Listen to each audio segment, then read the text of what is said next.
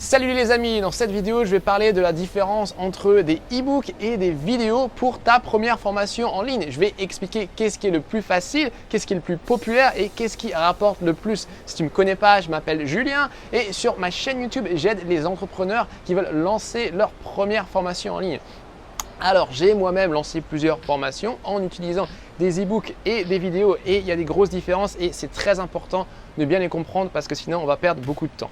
Alors déjà, première question, qu'est-ce qui est le plus facile entre un e-book et une vidéo? Alors clairement, le plus facile, c'est de faire un e-book.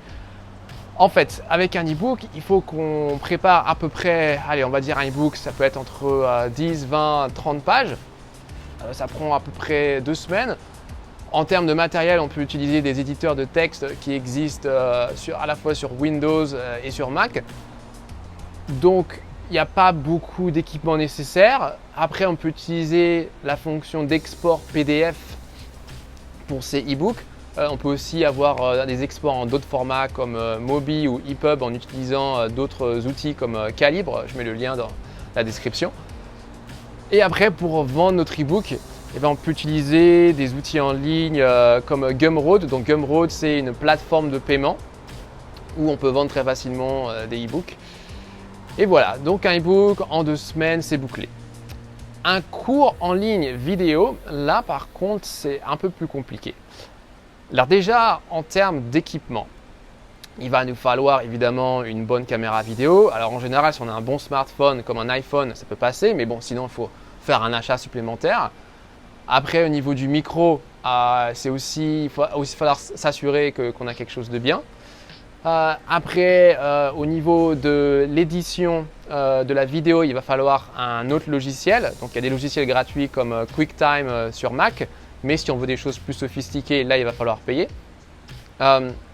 Et d'ailleurs, si tu es intéressé pour savoir quelles sont toutes les vidéos nécessaires pour créer ta formation, tous les équipements nécessaires pour créer ta formation en ligne, j'ai une autre vidéo sur le sujet sur ma chaîne.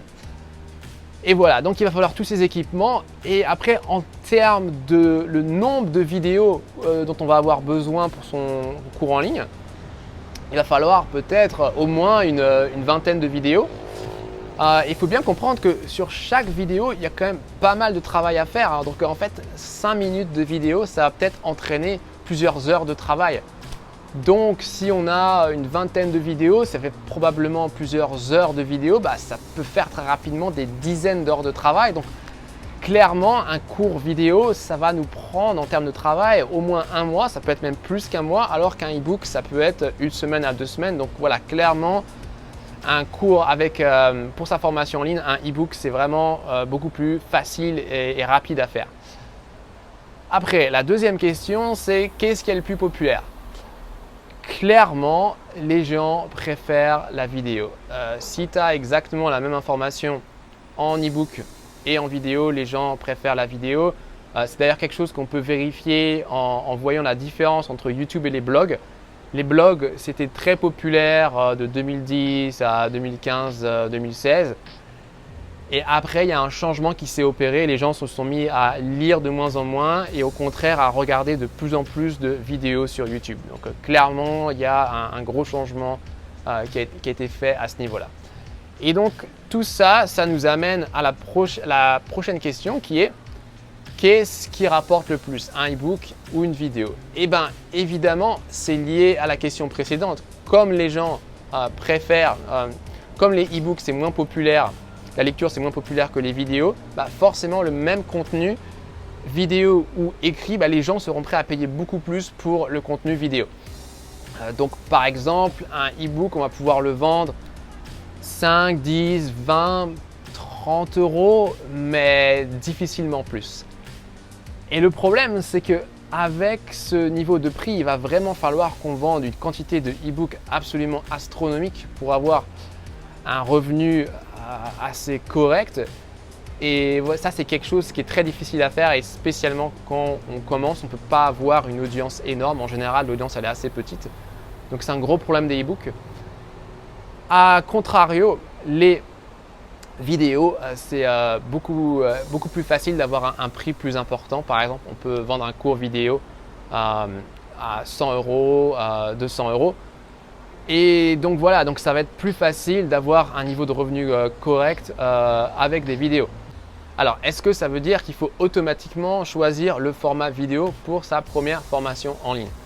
En fait, ce n'est pas aussi simple que ça parce que le problème de la vidéo, comme j'ai dit avant, c'est que ça prend beaucoup plus de temps à faire qu'avec un e-book. Donc, ce que je recommande pour ta première formation en ligne, ce que tu peux faire, c'est un e-book parce que c'est facile à faire. Tu sais d'avance que ça ne rapportera pas assez, mais au début, tu veux juste tester le marché. C'est exactement ce que j'ai fait. En fait, au début, pour mes premières formations en ligne, j'ai fait des e-books. J'ai pu valider ma thèse, j'ai pu valider le fait que les gens étaient vraiment prêts à acheter ça. Et une fois que j'avais confirmé la demande, après, je suis passé au format vidéo. Et là, en fait, je prenais moins de risques parce que j'avais déjà validé la demande. Mais avec le format vidéo, je pouvais avoir un prix qui est plus haut et donc je pouvais mieux gagner ma vie. Et en fait, cette question de quel prix pour sa première formation en ligne, c'est une question qui est extrêmement importante et il y a différentes nuances à bien comprendre. Et en fait, j'explique tout dans une autre vidéo sur ma chaîne, donc je t'invite à la regarder. Voilà, c'est tout pour cette vidéo. On se voit à la prochaine. Bye bye.